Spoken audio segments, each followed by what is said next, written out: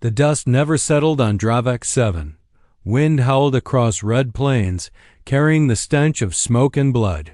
Human soldiers had held the outpost for 47 days. Supplies were low. Morale even lower. 30 soldiers remained from the original 80. Each day, they watched the jungle line, waiting for the next alien ambush. Captain Rawl sat beside a burnt-out rover, rereading a strange order on his wrist screen. 3 alien nurses will arrive today to assist your unit. He frowned. A few nearby soldiers laughed when he told them. Nurses? Private Jensen scoffed. We need airstrikes, not babysitters. Another chimed in, unless they can shoot plasma out their hands, we're doomed. They were half joking, but only half. No one trusted the alien council that gave those orders. The Galactic Alliance had promised support before, but it always came too late or not at all. Now they send nurses? To a war zone? As morning turned into noon, the first of them appeared. She didn't arrive in a shuttle or on foot. She walked. Straight out of the forest calm, alone, tall.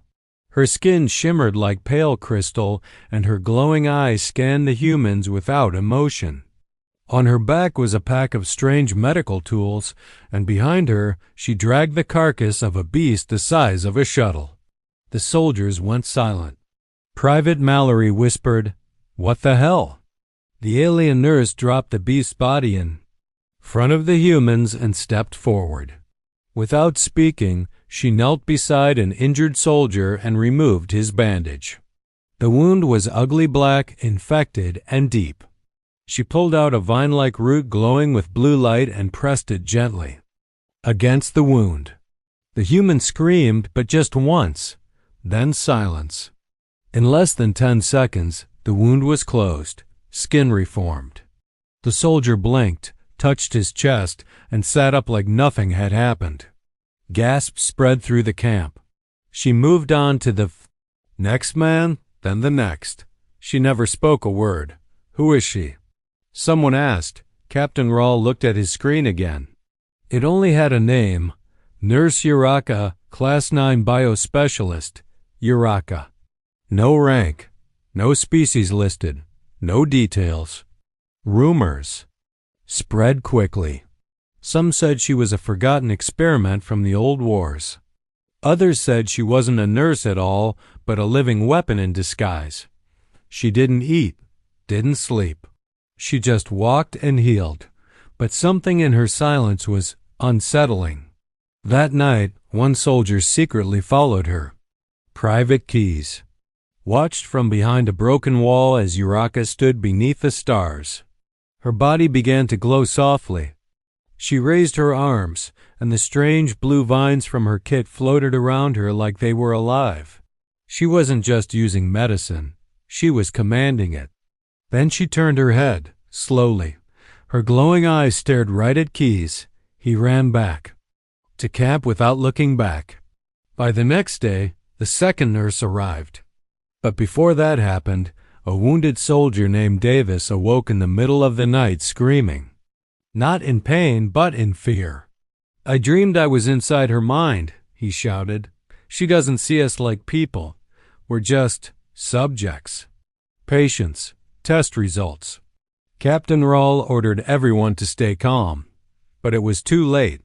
Trust had already cracked. Later that morning, they found the body of one of their scout drones. Melted, not shot, not damaged by enemies. Just melted into the ground like it had been touched by fire.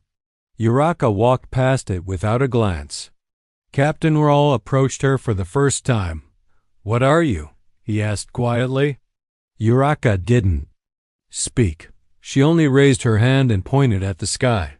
Moments later, a second figure began to descend from a slow-moving drop pod high above, taller, brighter, carrying something that looked like a staff, or maybe a weapon. And just like that, the question echoed again through every soldier's mind. Why send nurses to a war zone? Because maybe they weren't nurses at all. Nurse number 2 walks through fire. It started with an explosion. A deep, thundering boom shook the outpost and flames shot high into the sky. The enemy had returned. Hidden inside the thick jungle, they fired plasma bursts toward the human camp. Soldiers scrambled for cover. Dust filled the air. Screams and gunfire mixed with the roar of alien beasts. Then, something strange happened. A tall figure walked through the flames. Not ran. Walked out, she stepped calmly out of the fire like it wasn't even there. Her skin was smooth and bright, glowing gold under the heat. Her uniform didn't burn. Her long hair floated behind her, untouched by the smoke. In her hands she held a large silver box covered in blinking lights and alien symbols. Is that another nurse? Someone whispered. The figure walked straight through the battlefield. Bullets and blasts flew past her, but none touched her. A burning beam fell from a half-destroyed tower. She caught it with one hand and tossed it aside. Like paper. The soldiers stared. Captain Rawl yelled, "Don't just stand there. Cover her." But by the time his voice reached them, she was already at the center of the chaos. She placed the box on the ground, opened it, and a blue wave of light spread outward. The fire stopped. The enemy weapons jammed. Everything froze. For just a moment, like time itself held its breath. Then she turned toward the humans. Her eyes were not like Uraka's. They were warm, almost kind but deeper, like a fire that never died out. She walked over to a collapsed tank. Inside it, a soldier was trapped under metal. No one could lift it. Not even the strongest human in the squad. She didn't ask for help. She simply knelt down, grabbed the burning wreck, and lifted the metal. Like it was foam. The soldier crawled out, coughing and crying. She gave him a gentle pat on the head, then stood up and walked away without a word. Her name was Lathari. That's all the file said. No rank, no background. Just support unit, flame immune. Healing protocol class 7. The humans didn't laugh at the nurses anymore, but they didn't trust them either. That night, Private Jensen whispered to his friend, "What kind of nurse lifts a tank with one hand and walks through plasma fire?" No one had an answer. Nurse Lathari didn't sleep. Like Uraka, she stood still at night staring at the stars. Her golden skin shimmered with tiny sparks. A few brave soldiers tried to speak to her, but she only nodded politely and returned to her work. Her hands could close wounds, fix bones, even clear the mind of fear. But no one felt safe around her. Because power without emotion was scarier than any alien enemy. Soon, strange things began to happen in the outpost. A wounded bird touched the edge of Lathari's healing field and grew 2 new wings. A cracked wall sealed itself. A soldier with missing memories started remembering things from childhood, things he never told anyone. It was too much. Captain Rawl called for a private meeting. "These aren't nurses. These are something else. I don't know what the Alliance sent us, but it wasn't what we asked for." A tech specialist, Corporal Bryn, had hacked part of the files from the nurse's drop pod. She found something that chilled everyone in the room. Class 9 Bio Guardians, tasked with battlefield judgment, observation, and cleansing options permitted. "Cleansing?" one soldier asked. Bryn nodded. "It means they can decide if we live or not." No one spoke after that. Outside, Nurse Lathari sat beside a wounded tree.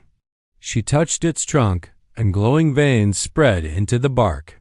Flowers bloomed in seconds. She smiled, but no one in the camp smiled back, because somewhere deep inside, the humans were beginning to understand something terrifying. These nurses weren't here to help them. They were here to watch them. Asterisk the quiet one hears. Everything. She didn't arrive with fire. She didn't glow. She didn't walk through explosions or drag beasts behind her. She simply appeared. One moment, the camp was quiet. The next, she was standing there right at the edge of the shadows where the jungle met the wall. No one saw. Her arrive. No sound, no light, just silence. And those pale silver eyes watching them like stars that had forgotten how to shine. She was small, almost fragile, wrapped in dark cloth that blended with the night. Her skin looked soft almost, too soft for a war zone. If not for her otherworldly presence, the soldiers might have mistaken her for a child, but something about her still made them freeze. Captain Rahl stepped forward. "Name?" he asked. She tilted her head. Then she whispered one word. One word. So soft it didn't feel like sound. It felt like thought. Elian. That was it. No rank. No explanation. The third nurse had arrived, but she didn't heal anyone. She didn't speak again. She just watched Dot, and strange things began to happen. That night, during a routine patrol, Private Keyes looked into the jungle and started screaming. He dropped his weapon and fell to the ground, sobbing. She was in my head. I saw her eyes in the trees. I heard her voice in my bones. But Elian hadn't moved from the rock she'd been sitting on all evening. The medics checked Keyes. No wounds, no drugs, just fear. Deep, bone-chilling fear. Others started feeling it too. Soldiers began waking up in the middle of the night, claiming they'd heard whispers in dreams, words they didn't understand, names they'd never told anyone. One man cried because the whisper said his daughter's name, something no one on the planet could have known. "She hears everything," Private Mallory whispered, "even thoughts." Captain Rahl ordered all security footage reviewed. In one clip. Elian stood completely still for 5 hours. But during those hours, the temperature around her dropped by 5 degrees. The soil under her feet turned black, and nearby bugs avoided her shadow, moving in wide circles. Something ancient surrounded her. Not evil, not kind, just unknowable. Then came the morning. She was tending to a wounded soldier when she suddenly stopped. Her hands hovered over his chest, but she didn't move. Her head slowly turned toward the east. She whispered something the audio couldn't catch. Then she stood and walked away. 10 minutes later, sniper fire came from the exact direction she had turned toward. She had sensed it. Before it happened. After the attack, Captain Rahl tried to speak to her. "Can you feel danger?"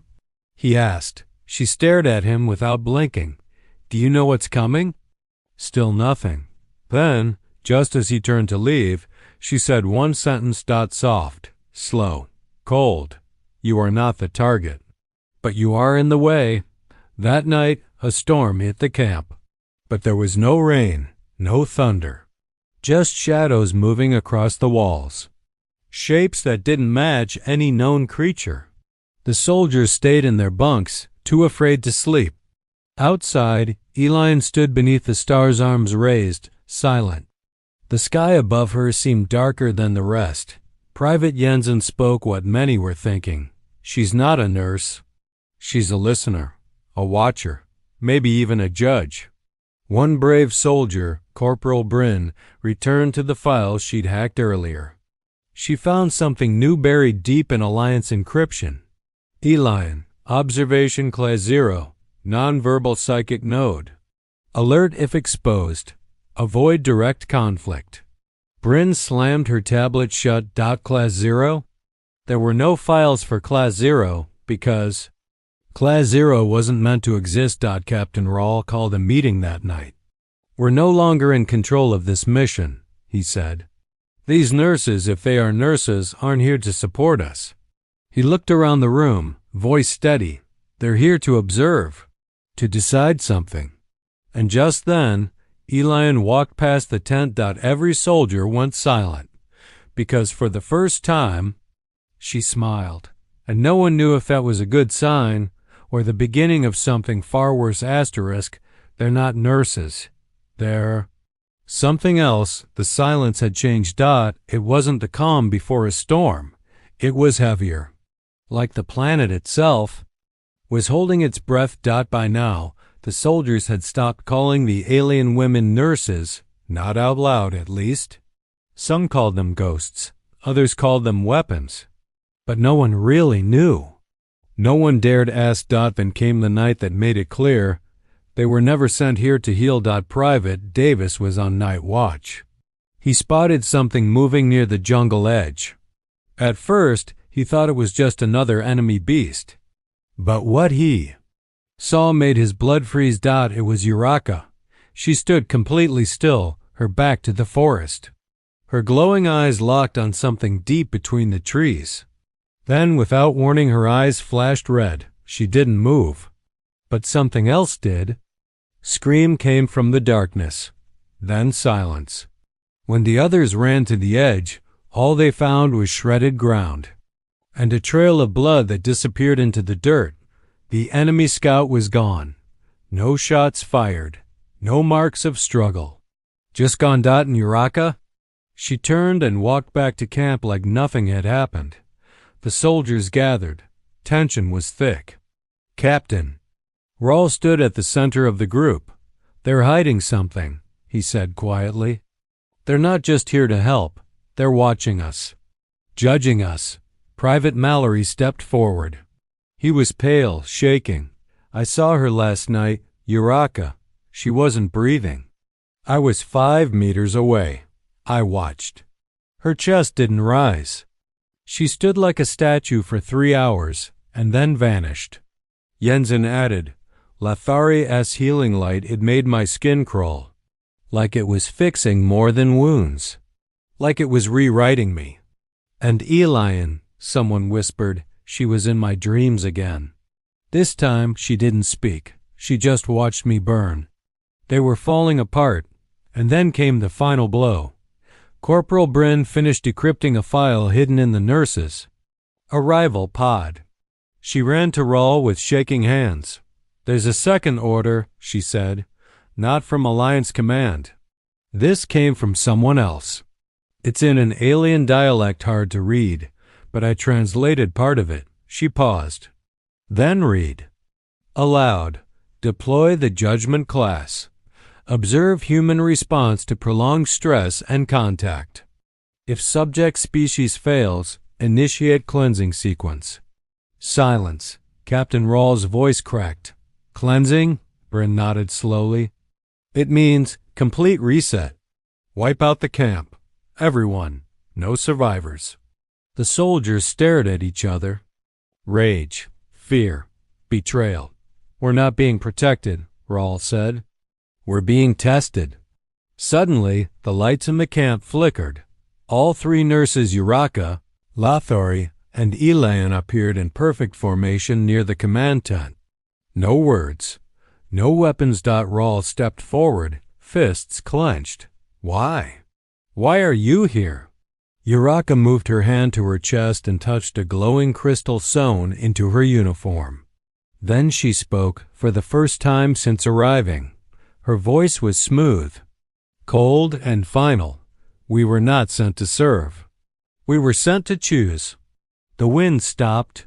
A deep hum filled the air, like the ground itself was humming with warning. Lathari lowered her head. Elian closed her eyes. Then Uraka said something else, softer this time, yet somehow more terrifying. And many of you have already failed.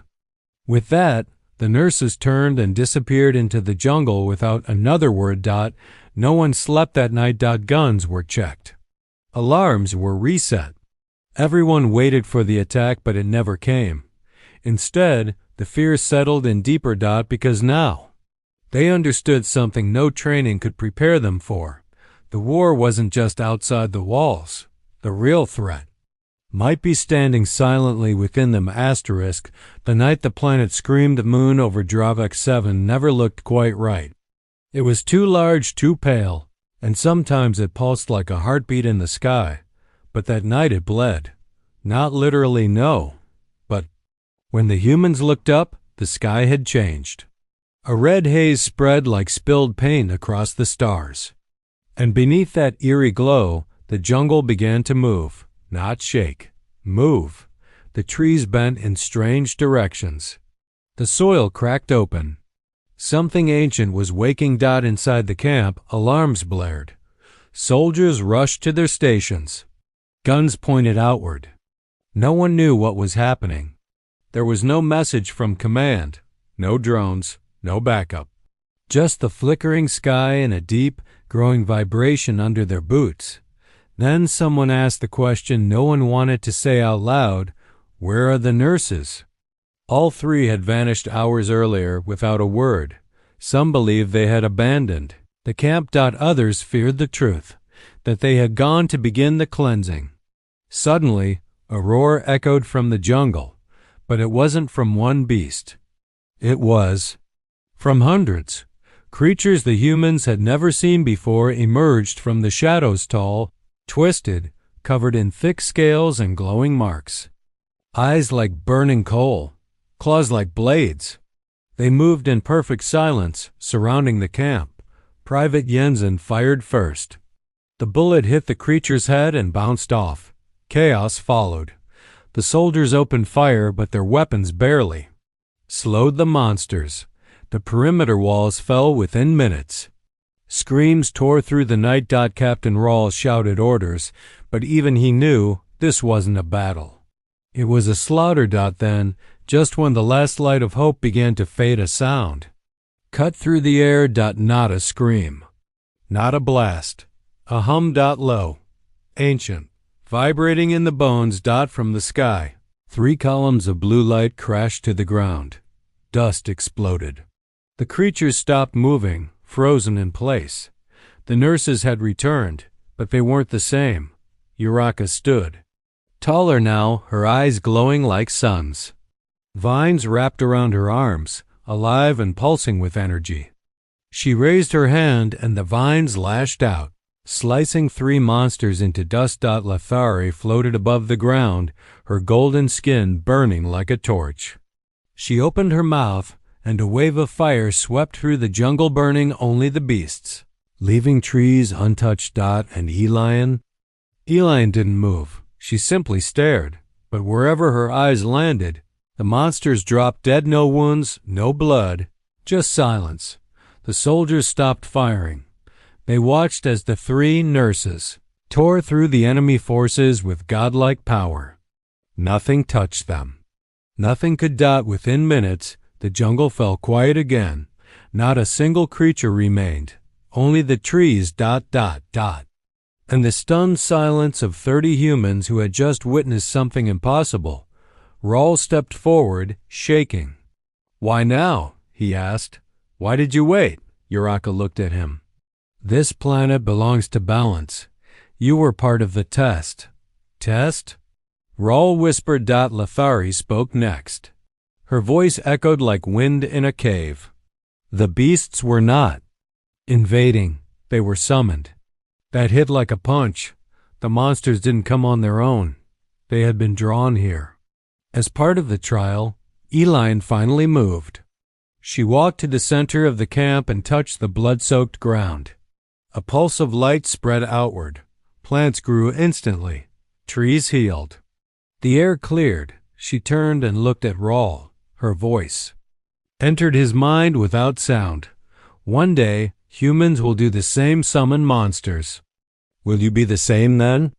And just like that, they vanished. No flash, no noise. One blink and they were gone. The camp stood in silence, surrounded by new trees and untouched soil. No bodies, no signs of war. It was like the night had erased itself. But every soldier knew better, because they would never forget the night. The night. Planet screamed, and the nurses answered not with kindness, but with power no human could understand. Asterisk. The vote saved humanity. Or not. By morning, the jungle was still. The sky had returned to its pale gray, the soil no longer hummed, and the wind once again carried only dust. But the humans felt it. Something was wrong. Too calm, too perfect. As if the world had been scrubbed clean, and that scared them more than the monsters. The 3 alien nurses hadn't returned. Their gear was gone. Their strange tools, their silver cases, Even the glowing footprints they sometimes left behind vanished. Private Mallory stood at the edge of camp, staring into the trees. "It's like they were never here," he whispered, but Captain Rawl knew better. "They're not gone," he muttered. "They're deciding." That's when Bryn ran into the command tent, breathless and pale. "I cracked the last part of the pod files," she gasped. "There's a council, a hidden one, alien, older than the Alliance. The nurses aren't just observers, they're delegates. And right now, they're voting. Voting on what?" Rawl asked, though he already feared the answer. Bryn didn't blink. "On whether humanity deserves to exist." Silence. No one moved. The file had been deeply encrypted. Ancient code, fragments from forgotten languages. But it was clear. The nurses weren't here to support the war. They weren't healers. They were collectors sent to watch, gather data, and cast judgment. Rawl tried to stay calm. "So what do we do?" "Nothing," Bryn said quietly. "They're not asking for input. The vote is already happening, somewhere underground or in orbit. Maybe not even in this reality. Private." Keyes stepped forward. "Why would they want to destroy us? We fought. We survived. Isn't that what they wanted?" Bryn shook her head. "They weren't watching how we fought the enemy. They were watching how we treated each other. That hit harder than any weapon, because deep down, every soldier remembered the fear, the distrust, how some had talked about locking Elian up, how others wanted to test Lathari's fire, how Davis had nearly stabbed Uraka. When she reached for his arm too fast, they had been scared, angry. Some had seen the nurses, not as allies but as threats. And now, they were paying for it. Suddenly the ground trembled. A low, deep hum filled the air like 1,000 whispers trapped beneath the soil. Rawl ordered his men to arms. "If they're coming, we fight." But no enemy appeared. Instead, Elian stepped out from the jungle, alone, no glow, no vines, no fire. She looked tired. She walked slowly to the center of the camp where the broken beacon tower still stood. Her eyes scanned each face in silence. Then she spoke not aloud, but in every mind. "The vote was not in your favor." Gasps. "Someone dropped their rifle, but one of you changed it." Everyone turned to look. Elian raised her hand and pointed directly at Private Jensen. Jensen blinked. "Me? You gave water to the dying beast," she said in his mind. "You shared rations with an alien prisoner when no one was looking. You chose kindness over fear." Tears filled his eyes. I just did what I thought was right."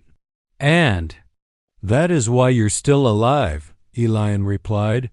Uraka and Lathari emerged behind her, silent. Their expressions were unreadable. Then Elian continued, "You passed for now." The words settled like cold snow. Rawl stepped forward. "What does that mean?" Uraka answered, her voice low and firm. "We will watch. We always watch. This planet is no longer your battlefield, it is your reminder." Lathari knelt and placed a crystal in the soil. It glowed, then sank beneath the ground. "When it pulses red," she said, "you will know. The judgment has returned." Without another word, the three turned and walked back into the trees. No ship, no lights. Just silence. Captain Rawl looked at his soldiers. No one spoke. No one moved, because they all knew they hadn't been saved. Had been spared asterisk, they walked away, but left a mark forever. No final battle. No grand farewell. No ships rising into the sky. Just silence. The alien nurses were gone for 3 days. The humans waited, half expecting the sky to open or the jungle to rise again. But nothing happened. No monsters, no glowing lights, no hum beneath their feet, only wind, dust, and the sound of their own thoughts. But everything had changed. The camp looked the same. Yet it wasn't. Plants grew faster now. The soil shimmered faintly at night. Birds and insects no longer avoided the area, they flourished. Something had been left behind, something unseen but deeply felt. Private Jensen stood at the edge of the outpost, watching the jungle sway under the soft light. He wasn't the same man anymore. None of them were. They had stared into something far bigger than war. They had stood under the judgment of beings who didn't need guns to destroy.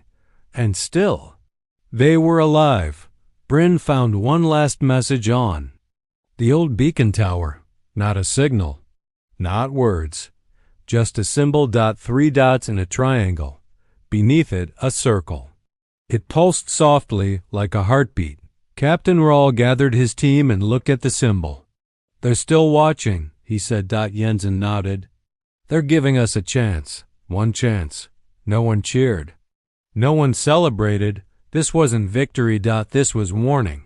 Later, as the last shuttle arrived to bring them home, the soldiers looked back one final time. Uraka's vine had grown into a tree tall, silver-leaved, and unburnable. Lathore's fire still glowed beneath the ground, keeping the soil warm. And Elian's shadow, it remained etched into the stone where she last stood. A perfect silhouette, cold to the touch. Even without their presence, the nurses were still. Here and everything. On the flight back to the nearest outpost, one of the young soldiers asked Rahl, "Do you think we passed their test?" Rahl stared out the window, his voice quiet. "No, we survived it." There's a difference. Earth received the full report, but only part of the truth. The Galactic Council praised the humans for their courage. Awards were promised, medals. But none of that mattered, because the 30 soldiers who returned knew what really happened. They had been judged, not by enemies, but by something older, something beyond war, and they were allowed to live, not because of their strength, but because one of them had chosen mercy. Weeks later, Private Jensen visited a hospital on Earth. He walked past soldiers, past patients, and sat by the bed of a child with a broken leg. He gave her a small glowing rock. "It's just a story," he told her, smiling. "But keep it close." The rock pulsed once, and far away, on a distant world, a tree opened its leaves wider. A hidden fire warmed another patch of soil. And deep beneath the roots, a mark glowed 3 dots in a circle. The nurses hadn't left. They were just waiting. Watching. And remembering.